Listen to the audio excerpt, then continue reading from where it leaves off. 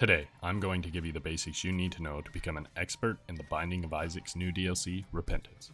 With these basic tips, you will go from dying in basement level 2 to crushing Mom's heart in no time. What's up everyone, I'm Sneaky Panda, and today we are going to go over the basics of the Binding of Isaac. With the new DLC Repentance recently coming out, and all of the new players who may be coming to the game, I decided I'd make a beginner's guide to help everyone learn the basics. We will be covering the game's premise, menu options, the characters, attributes, items, the different rooms, good challenges to start with, and much more. This is a beginner's guide, so we won't be getting into anything that I've considered more advanced. If you guys are interested, comment down below and I'll make another video going over more advanced topics. Also, if you want to go into the Binding of Isaac completely blind, this is your spoiler warning. I don't plan on going into anything I would consider a spoiler, but I digress. There will be timestamps in the description if you want a specific section or need to come back for a review. Also, if you have any tips for beginners, put them down in the comments. With that out of the way, let's get started. The Binding of Isaac is a top-down, 2D, multi-directional shooter where the player is in control of Isaac as they go through different floors, fighting monsters and collecting items that change the player's attributes. The Binding of Isaac is a roguelike, which means the floors are procedurally generated through a random seed and there are no save points. Once you die, you're dead and the run has to start over. When you first start, there will be 3 chapters and 2 floors per chapter. Later on, you'll unlock more chapters, but we'll save that for a future video. Each floor has multiple room types, which we will explain in more detail later on, and a boss fight at the end of each floor. Once the boss is defeated, you can get an item and go through the trapdoor to get to the next floor. Isaac is controlled with WASD, and the tiers he shoots is controlled with the arrow keys. Pressing E will place a bomb, spacebar for an active item, and Q to use your consumable. Tab will allow you to toggle your minimap, time, and score HUD, which can be helpful for backtracking and planning your route through the floors. If you're on console, the left joystick controls movement, the right controls his tiers.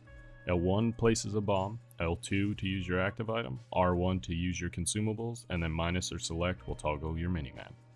I just ran through a couple of different items that you might not know what they are, so we are going to go through all the common consumables or pickups in the game. Most consumables can be found by killing enemies, shooting out fires, or breaking poops. First off is money. Money is mainly used to buy items from the shop or donate to the donation machine, which can unlock items to be purchased in the shop. Next is bombs. Bombs can be used to damage enemies, force your way out of a room, open stone chests, find secret rooms, or blow up tinted rocks. Tinted rocks are marked with an X and can drop consumables such as soul hearts or even the small rock item, which gives a damage boost. The next consumable is keys. Keys are used to open shops, treasure rooms, libraries, and dice rooms. They can also be given to key beggars, which have a good chance to give out items if you give them enough keys. They are also used to open golden chests, which have a chance to give out items. The last consumables are pills, cards, and runes, and when picked up are held in the bottom right side of your screen. In the beginning, you will only have certain pills and cards unlocked, and the rest of them will be unlocked by completing challenges or doing specific tasks in each run. Pills start as ? Until you take them. There are 49 pills in total, and they look different on every run. Some pill effects are good, like health up, some are bad, like bad trip, which takes away a heart, so take them with caution. Cards, on the other hand, tell you their name when you pick them up, and each card will always do the same thing. Cards can teleport you to your treasure room or make your shots homing for a room. Cards can be a big difference between surviving a boss fight or starting a run over, so keep an eye out for them. The way to beat the Binding of Isaac is to unlock all the items, the characters, do all the challenges, and finish everything on the post-it note. There are a total of 34 different characters. You will start with Isaac and have to unlock the rest from doing specific tasks in each run. Each individual character also has its own post-it note. The post-it note shows all the completion marks that you have gotten with a specific character. There are 24 different completion marks per character if you count both the normal and hard mode versions. If you are quick with math, that means there's around 816 runs to complete all the completion marks, so there will be plenty to do in the Binding of Isaac Repentance. If you are interested in learning all the characters and their strengths and weaknesses, check out my channel. I will be posting a video about each character in the game.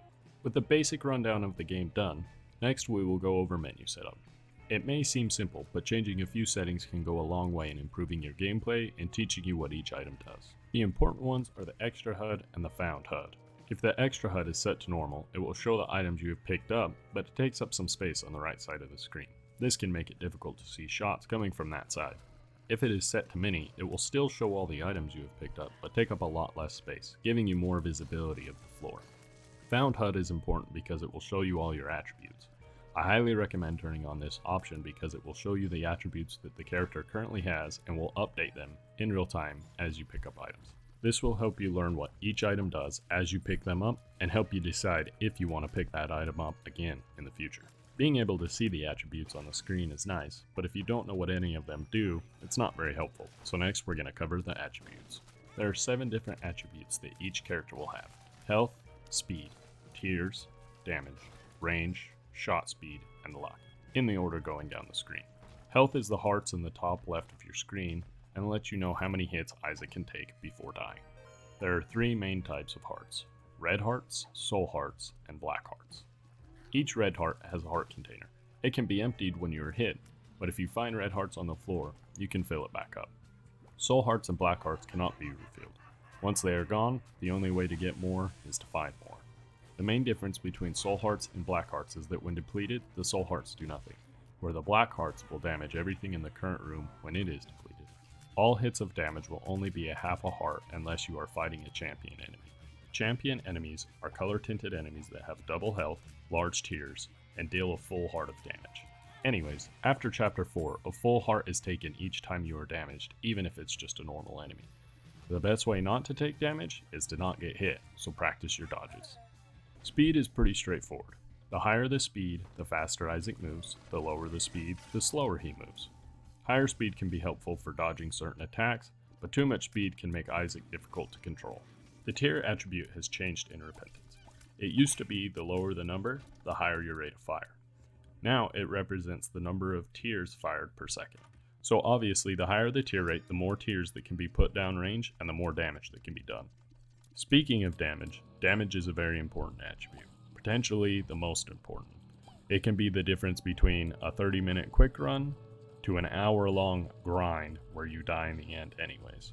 With high enough damage, you can clear a room before enemies even have a chance to move, and with low enough damage, you'll never make it to the final boss. Range is how far tears will go before landing. Range usually isn't a big deal, but there are some rooms where if you don't have high enough range, you can't hit the enemies, so it's somewhat important. Shot speed is how quickly Isaac's tears travel. High shot speed can make enemies easier to aim at, but it also increases knockback, which can make enemies more unpredictable with their movements. Luck is the last attribute and affects a couple of different things. There are multiple events of luck, such as room drops for consumables, so your keys, coins, bombs, cards, and pills. Tear effect chances for certain items such as Tough Love, where the higher the luck, the more often the tooth shot will happen. And trinket effects happening, such as Kane's Eye, which has a chance to start the floor with the compass effect. However, it does not affect the payout of the shell game, slot machines, any of the beggars, contents of the chests, pots, mushrooms, or devil rooms and angel rooms, which we'll get into greater detail later in the video. With all this information you now have on the attributes, you may be saying, that sounds great, but how do I change them? That is where items come in. There are 2 main types of items, passives and actives. Passive items can change attributes and even give tear effects. Once these items are picked up, they are permanent. An example being Death's Touch, which gives 1.5 damage, negative 0.3 tears, 2 times tear size, and turns Isaac's tears into large size that pierce enemies. There are more passive items than active items, so you will probably run across passive items more often. The downside of passive items is they cannot be dropped. If you pick up a passive item and it ruins the synergy, there's no going back. So make sure you learn the items and know which ones to pick up and which ones to leave behind.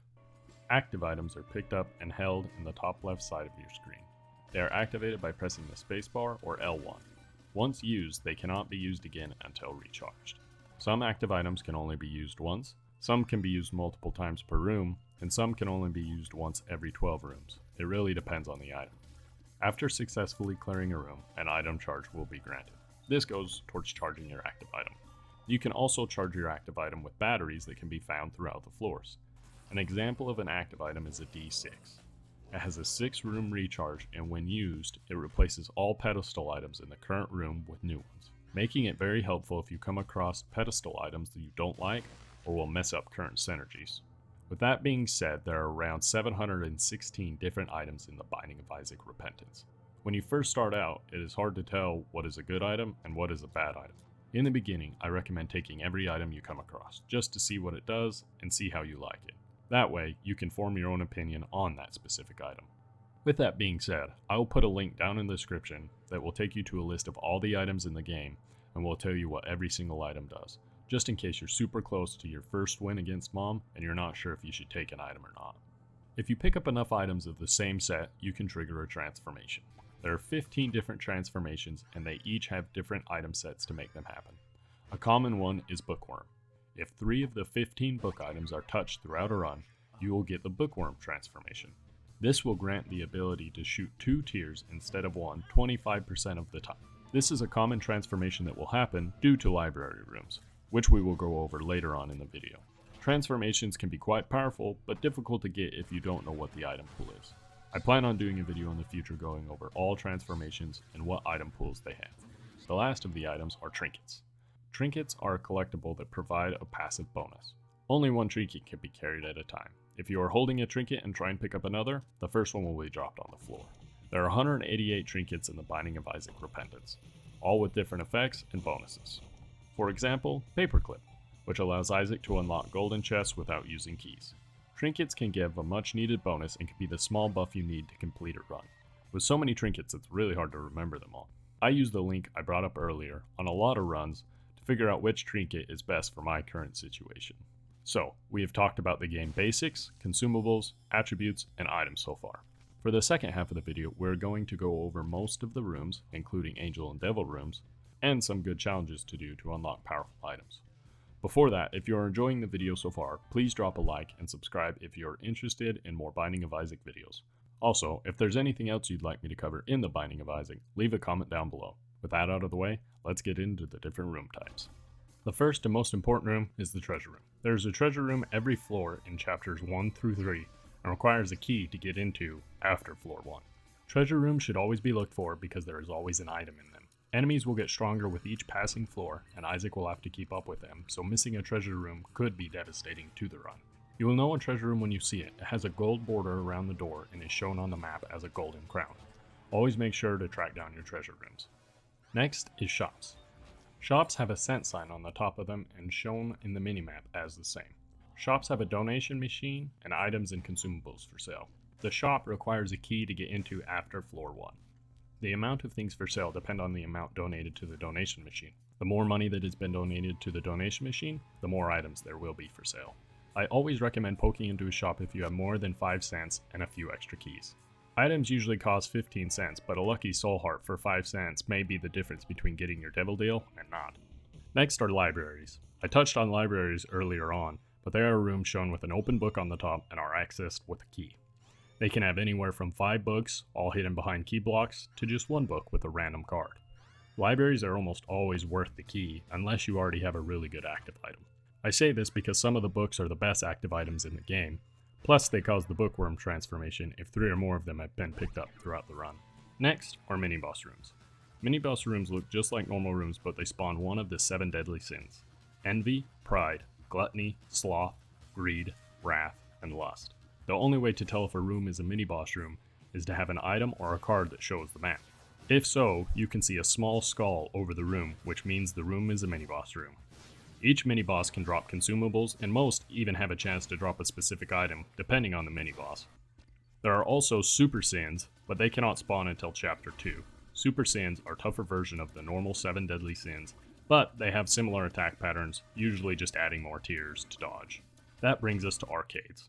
Arcades are opened with a single coin and can only spawn on even floors like Basement 2 or Depths 2. They also have a chance to show up on XL floors. They will only spawn if the previous floor was completed with 5 or more coins held by Isaac. Arcades can have donation machines, slot machines, fortune-telling machines, blood donation machines, and beggars. They can be very useful if the person playing knows how to use them properly, such as playing the blood donation machine to get a lot of money and have it finally drop the item that refills your HP, and then putting that money back into the fortune-telling machine for a chance to get soul hearts. Next, we will go over vaults. Vaults have a chest above the room and have 2 chains with key locks going around them. Vaults can have a variety of pickups, chests, and even pedestal items that can spawn. They can also have 13 poops and an attack fly, so don't always bank on items. Vaults are somewhat uncommon and can only spawn with certain requirements. They require the condition for an arcade to spawn, and then 1 in 10 arcades will be vaults instead. 4 in 10 will become vaults if Isaac is holding 2 or more keys. Moving on, we have the challenge rooms, normal challenge rooms, and boss challenge rooms. The normal challenge rooms can only be entered if Isaac has more filled hearts and soul hearts than he has number of heart containers. Once inside, if Isaac picks up any of the items or touches any of the chests, it will spawn 3 different waves of enemies, one after another, until they are all defeated. Each chapter has a pool of enemies that it can spawn, so after doing the challenge rooms enough, you'll get a feel for how dangerous they are depending on the chapter you are on. Boss challenge rooms can only be entered if Isaac has 1 or fewer hearts left. Once Isaac is in the boss challenge room, if he touches any of the items or opens any of the chests, it will spawn a wave of 2 bosses, one right after another until they are defeated. The benefit of the challenge room is that they can give you much needed consumables or items if you can take on the challenge. When I first started playing the Binding of Isaac, I steered clear of them because I always died, but as I got better, I always poked my head into the room to see if it was worth the risk of getting the items.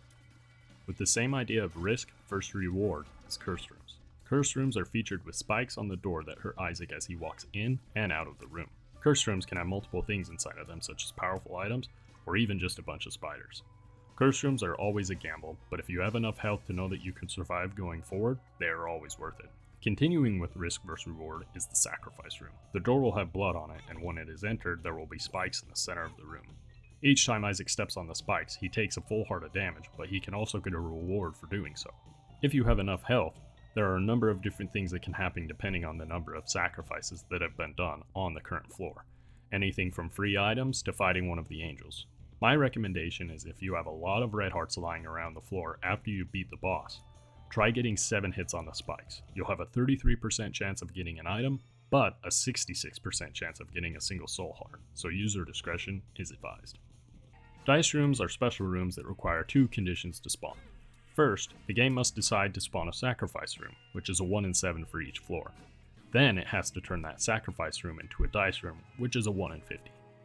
The dice room has 6 variants, a D1 through a D6, each causing a different effect if you step on the dice. I tend to forget what each room does and have to look it up just about every time. D1s reroll Isaac's currently held items, D2 rerolls all the pickups in the room, D3s reroll all the pickups and trinkets on the current floor, D4s reroll all pedestal items on the floor, D5s reroll and restart the current floor, and D6 combines D1s, D3s, and D4s effects. I usually don't recommend D1s or D6s unless you are barely making it and feel like you're going to lose the run with your currently held items. At that point, what do you really have to lose?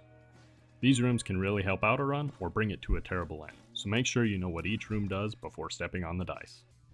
Next are the secret rooms and super secret rooms. If you have a map item, these will be shown on the minimap with a question mark, and both will need bombs to get into. Secret rooms can have shopkeepers and various consumables, where super secret rooms tend to have better consumables and can even have items. Secret rooms will be located next to 2 to 4 rooms, and the entrance will never have rocks or gaps in the way of any side. Super secret rooms will only be next to 1 room. I tend to find super secret rooms closer to the boss, but it's different for every seed. Secret and super secret rooms can be really important for extra health and items when starting out, so practice trying to find them anytime you have extra bombs. Once you first start looking for them, it might feel like they are random and impossible to predict, but after some practice, you'll be finding them on your first try. Next is boss rooms. The boss room is shown on the minimap with a large skull. In most cases, the only way to get down to the next floor is through the boss room. Each chapter has a different boss pool to pull from, so you never really know who you're going to be up against. After defeating the boss, an item will spawn, and if the right conditions are met, a devil deal or angel room will spawn as well. More on that later. When it comes to the boss room, that is where I died a lot when I was first learning how to play the Binding of Isaac. Even if you know you're going to die and are thinking of restarting the run instead of fighting the boss, always try fighting the boss. The bosses have patterns that take a while to learn, and each time you fight the boss, even if you lose, you're slowly getting better. Just watch for patterns and focus on your dodges. Dodges are more important than damaging the boss. Some runs you won't get a lot of damage upgrades, and if you haven't practiced dodging, you'll probably lose your devil deal, or worse, die. So, about those angel and devil rooms I've talked about before. After defeating the boss on the second floor, if no red heart damage has been taken by Isaac, there is a 100% chance that a deal with the devil will spawn. You can see the chances in the HUD underneath the luck attribute. In the devil deals, Isaac will trade either red heart containers, soul and black hearts, or a combination of the two for items. Once a devil deal is taken, the chances of an angel deal will always be 0, so you are stuck with devil deals for the rest of the run. Sometimes the devil room will only spawn red chests, which have items, enemies, or even troll bombs. Sometimes when going into the devil room, there will be the mini-boss, Krampus, and you'll have to fight him to leave, so always be on your toes when going into the devil room. The angel room can spawn after not taking the devil deal on floor 2. The devil room has to pull up, and you can even walk into the room, but if you take any item, the angel room chances are gone. If you don't walk into the devil room at all, on the next floor, if no red heart damage is taken, there's a 33% chance of getting an angel room. The nice thing about the deal with the angels is that it's free. You can only get one item, but it doesn't cost health. If a deal with the angels is taken, the devil rooms still have a chance to spawn and be taken, but once a deal with the devil is made, there is no going back to the angel rooms. As of the new DLC Repentance, angel deals have been buffed quite a bit. I never used to take them unless I had bad luck on the first devil room and the next floor an angel room spawned. Angel rooms tend to be more defensive, where devil rooms tend to be more offensive. The biggest thing is you don't have to give up any health when taking angel room items. With the difficulty increase to Repentance, a lot of players have started taking the angel rooms more seriously, and it has worked out well. But I've recently started a new file, and when not going past Mom's Heart, I have noticed devil deals are still very helpful and the extra defense from angel rooms isn't really needed. I would recommend trying out both and seeing what works best for your playstyle. I've enjoyed the new meta with the devil and angel rooms because it makes the players think a lot more about the path to victory instead of just taking the devil deal. As you get better at the Binding of Issac Repentance, you will start to win runs, and as you win runs, you will unlock new chapters, bosses, and items. If you'd like to know more about these bosses and chapters, put it down in the comments below. I'm trying to keep this video as spoiler free as I can. Now let's go over some challenges I recommend if you have gotten your first few wins and are looking to unlock some good items to get into the item pools. Most challenges have no treasure rooms, but they have shops, so it can be difficult to get items needed to make it through the run. Some challenges are available right as you start your save file, and others are unlocked as you unlock characters and items. The ones we will be talking about here are available from the very beginning. Challenge 17 is Waka Waka and will unlock Death's Touch. It is a challenge where you start with anti-gravity tears and strange attraction. This will make your tears float, attract enemies to them. You only need to defeat Mom to beat the challenge, but it might be easier said than done. Death's Touch is worth the challenge though. It is a nice item to see pull up in your devil room. Challenge 14, It's in the Cards, is another good one. It unlocks SMB Superfan, which is an all stats up, which is an awesome item to get during any run. In It's All in the Cards, you'll start with the 9-volt, the battery, the deck of cards, starter deck, and 2 random cards. The idea is to defeat Mom. This challenge isn't too hard to beat as long as you know what each card does and how to leverage them for your benefit. Challenge 1 through 3 unlocks runes, which can be a big help as well. The first 2 aren't too difficult, but I have had trouble with number 3 before. The challenges can be a lot of fun and satisfying to beat, but it can also be very frustrating, so don't feel too bad if it takes a few tries to get it marked off your list. I plan on making a playlist running through all of the challenges and tips for how to beat them. And with those tips and tricks, you should have full completion marks and all the items unlocked in no time. If you liked the video, hit the like button and subscribe to check out my other videos. Until then, this is Sneaky Panda, signing off.